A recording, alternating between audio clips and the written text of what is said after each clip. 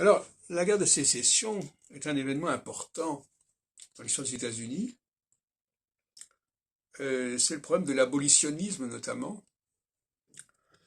L'abolitionnisme de quoi? L'abolitionnisme de l'esclavage, mais plus généralement l'abolitionnisme racial. C'est-à-dire qu'on ne veut plus que les Noirs et les Blancs aient des statuts différents du fait de leur race, du fait de leur couleur de leur peau.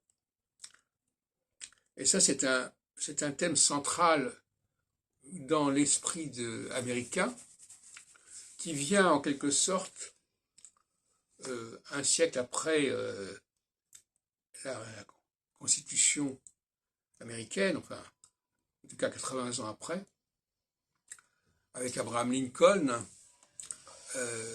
qui vient mettre en avant cette dimension que j'appellerais moi syncrétique des USA.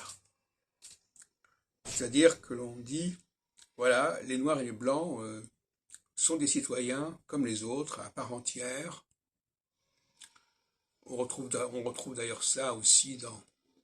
Alors, en France, la question n'est pas posée de la même manière, parce qu'il n'y a pas cette question des gens de couleur vivant en France autant importante qu'aux États-Unis, notamment dans le sud des États-Unis.